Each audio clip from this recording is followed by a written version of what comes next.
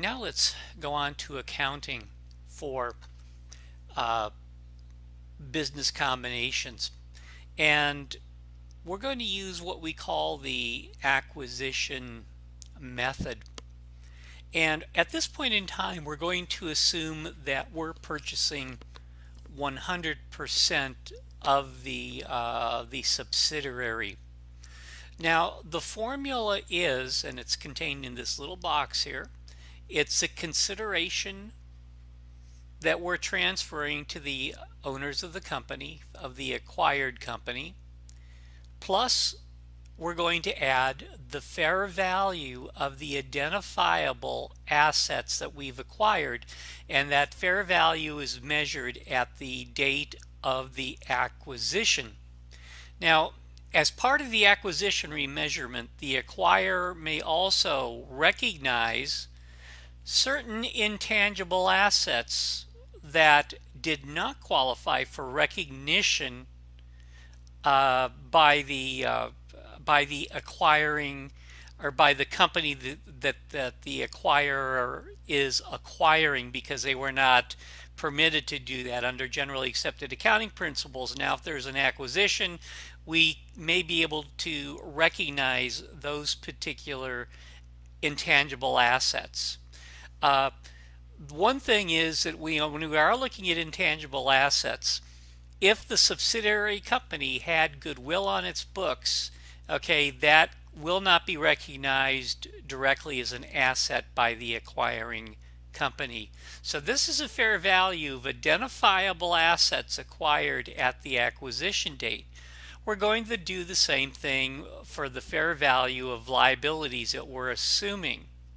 So in the end, if you take a look at the formula, it's going to be consideration transferred plus the identifiable assets we've acquired, the fair value, and fair value of liabilities assumed. And I would assume most of those liabilities are at fair value. That is going to then equal either goodwill or a gain on the transaction from what we call a bargain purchase. Now let's take a look at, it's a little bit easier to understand this if we look at it in action. I'm going to start out by doing example 1. We purchased, or the controlling company purchased 100% of the sub's common stock for $650,000 in cash. The fair value of the assets acquired total $1,250,000, and at the same time, we assumed $750,000 worth of liabilities. Now we're going to see that in this case, the acquisition price itself is greater than the fair value of the net assets of the sub. In that case, that's going to result in what we call goodwill. So here's how the computation is formed. The consideration that is being transferred is we're purchasing 100% of the sub's common stock, and in this case, as we said, we're paying $650,000 in cash. Okay, on the acquisition date, the fair value of our net assets, which happen to be our net assets of $1,250,000 and our liabilities of $750,000, the fair value of our overall net assets are $500,000. So we subtract the consideration that we paid for the stock less the fair value of the assets that have of course been revalued, have basically that have been revalued. Those apply. So we're paying $650,000 to buy $500,000 worth of assets. So the difference between the two then is assumed to be what we call goodwill, and that's the excess of our acquisition cost over the fair value of the subsidiary's net assets. If we're to create the journal entry for this particular set of circumstances in example 1, we would debit our investment in the sub for $500,000, which is the value of our assets. We would then debit an account called goodwill, which is the excess of the amount over and above we paid for the fair value of those assets. and the credit would be to cash for $650,000. Now, this can go the other way. Instead of creating goodwill, we can generate, in effect, a gain on a bargain purchase price. And that occurs when the acquisition price that we're paying is less than the fair value of the net assets of the sub. So let's take a look at example number 2 now. We purchased 100% of the subs common stock for $550,000 in cash. The fair value of the assets acquired were $1,250,000 and the liabilities assumed were $600,000. So now let's look at the example 2 calculation. The consideration transferred, in other words, the amount that we paid in cash for 100% of the stock of the sub, was $550,000. To that, then, we need to consider then the we need to consider the net fair value of our assets, and the fair value is based upon the acquisition date. Again, our assets at their fair value would be $1,250,000 minus our liabilities would be $600,000. So our net assets at fair value would be $650,000.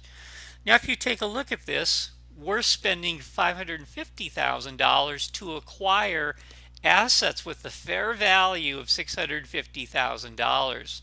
That means, in effect, we're paying $100,000 less for those assets than they're actually worth from a fair value standpoint. So we have a $100,000 gain on a bargain purchase, which is the excess of the fair value of the subsidiary's net assets over the acquisition cost. Now, in this case, if we again do the debit and credit entry for this acquisition, it'll be a debit to investment in subsidiary. In this case, the investment would be $650,000, which is equal to the fair value of the net assets that we've acquired. We would credit a gain on the bargain purchase of $150,000, and we would credit cash for $500,000. This gain would be considered an ordinary gain on the income statement.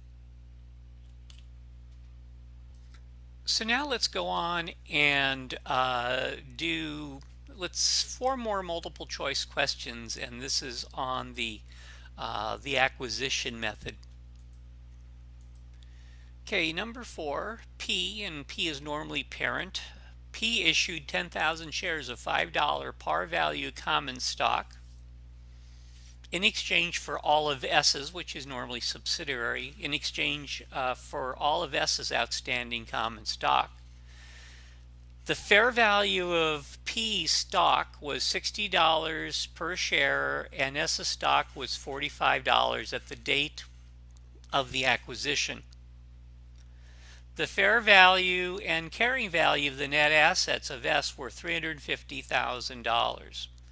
What is P's combined investment in S immediately after the consolidation?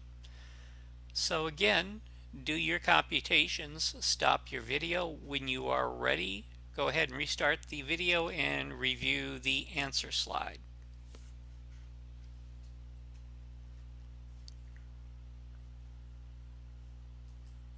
Okay, the question for number 4 is, what is P's, and I emphasize, what is P's combined investment in S immediately after consolidation? And the answer in this case is D, $600,000. So let's take a look at the computation here.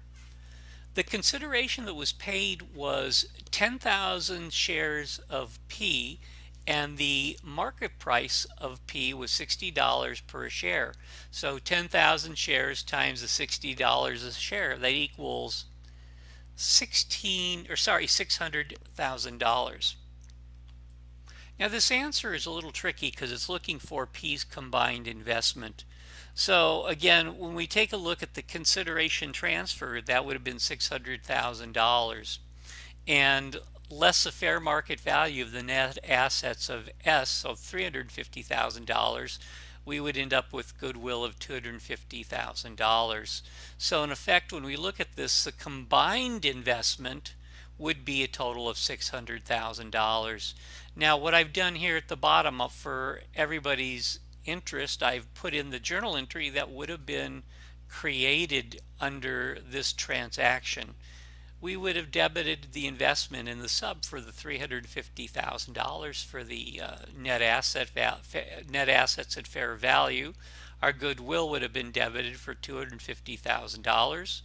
We would have issued those 10,000 shares of common stock at $5 par value, so that would be $50,000 to common stock, and the remaining amount of the consideration would be $550,000, which would be the $600,000 minus our par value, so the additional paid-in capital would be $550,000.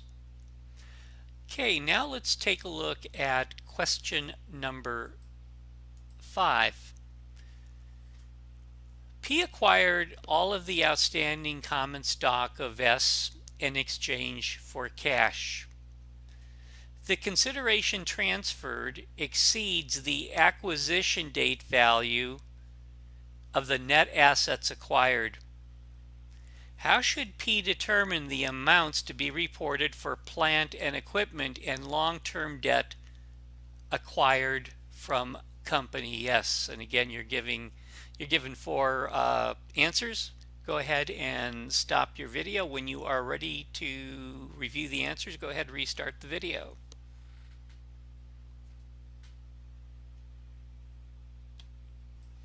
And with question number 5, how should P determine the amounts to be reported for plant and equipment and long-term debt acquired from company S? And again, if we remember our acquisition method, it recognizes and measures at the acquisition date the fair value of identifiable assets acquired and the fair value of liabilities assumed. So the answer is D, plant and equipment, S's fair value, and long-term debt, S's fair value. Let's take a look now at number 6. Number 6, P Corp acquired for cash at $10 per share the total outstanding 100,000 shares of S Corp.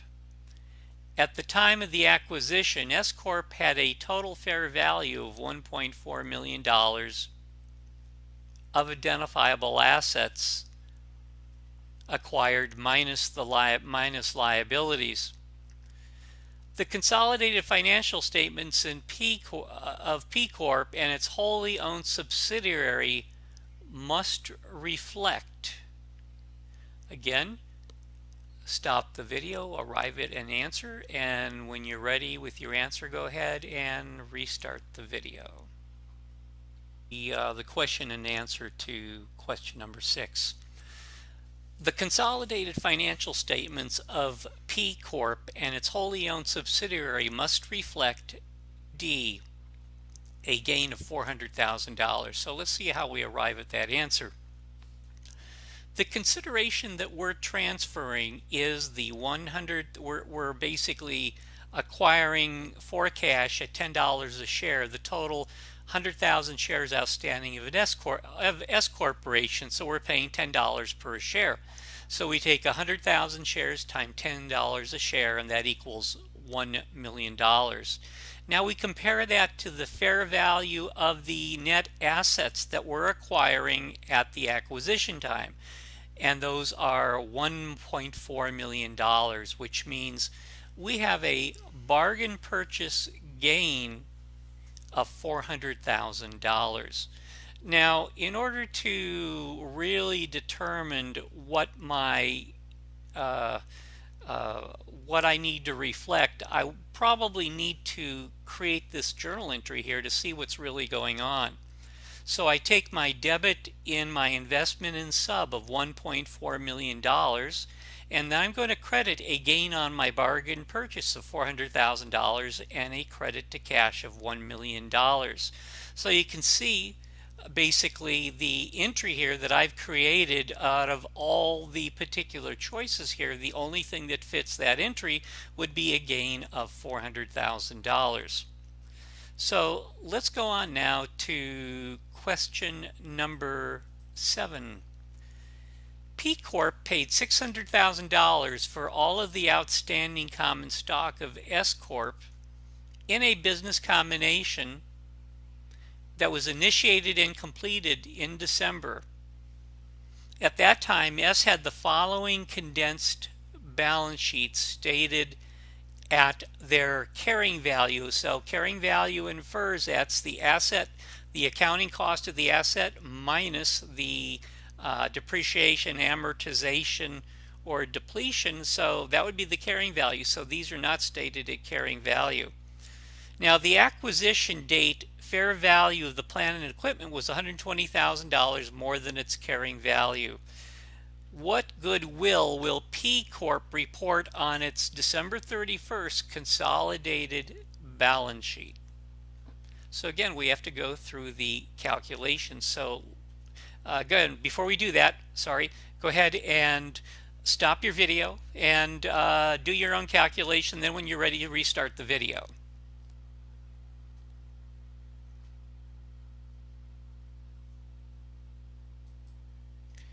Okay, let's take a look at the answer here.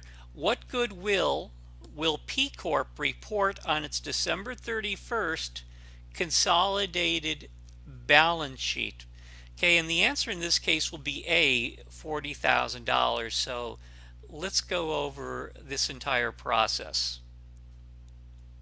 Okay, the first thing we take a look at is a consideration transferred, and we said P Corporation paid $600,000 for all the outstanding common stock of S Corp. So in this case, the consideration transferred was $600,000. Now we have to determine what are the net asset, the fair value of the net assets at the acquisition date. And based upon the information we're given, our current assets must have basically remained at their current value because we're given basically no other information regarding the current assets. The plant, property, and equipment, their carrying value is $760,000, but we're told that as of the acquisition date, the value of the plant was $120,000, or the value of the plant and equipment, the fair value was $120,000 more than its carrying value. So we're going to add the excess of the fair value over the carrying value in plant, property, and equipment. We're going to increase that as part of our net assets. After that, then we have our goodwill, and you notice we don't include goodwill. We only include identifiable assets in the calculation, and goodwill is not an identifiable asset, so that is removed from the calculation. We then subtract out less our liabilities, $400,000, so the net fair value of the assets acquired in this transaction was $560,000. So we paid $600,000 of consideration for the net assets of the company, and the net assets were worth $560,000. So the difference would be to goodwill. And if we basically, we can, based upon this calculation, then we can make the correct answer. You know, what goodwill will P Corp report on its balance sheet? We can actually select A. What I've done here at the bottom, though, is also create the journal entry that we would have created based upon the information here. We would have debited our investment in the sub for $560, debited goodwill for $40,000, and credited cash for $600,000. Okay, let's go on to the final question in this series, be question number 8. P Corp was paid $1,200,000 for all the outstanding stock. I'm sorry, P Corp paid $1,200,000 for all outstanding common stock of S. S had identifiable assets with a fair value of $1,200,000 and a carrying value of $550,000. Of the $1,200,000, $100,000 of the fair value could be attributable to a patent that had a carrying value of $1. That's not necessarily unusual in the real world. Okay, S had liabilities with a fair value slash carrying value of $400,000. And in this case, the question is, what is the amount of goodwill that P should record as a result of this transaction? So again, do your computations as you stop your video, and when you're ready, go ahead and restart the video and view the answer to question number 8.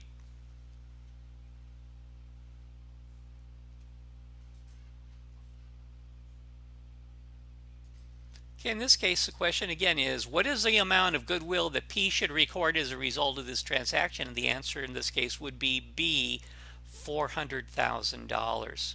So we take a look at the consideration that is transferred, and that's going to be $1,200,000. And now the fair value of all identifiable assets. And we're told here S had identifiable assets with the fair value of $1,200,000 and the carrying value of $550,000. We don't care about the carrying value, we just care about the fair value. Now we have to subtract out our liabilities, which have a fair value and carrying value of $400,000. So the net fair value of our assets, or the fair value of our net assets acquired, would be the fair value of our identifiable assets minus our liabilities. So that would be $800,000. So the consideration transferred, we paid $1,200,000 for assets that are valued, the fair value at the acquisition date, are $800,000. So the difference would be goodwill, which is the excess of the consideration that we paid over the fair value of the assets at the acquisition date. And again, that would be the goodwill that we're asking for, and that would be the answer B for the $400,000.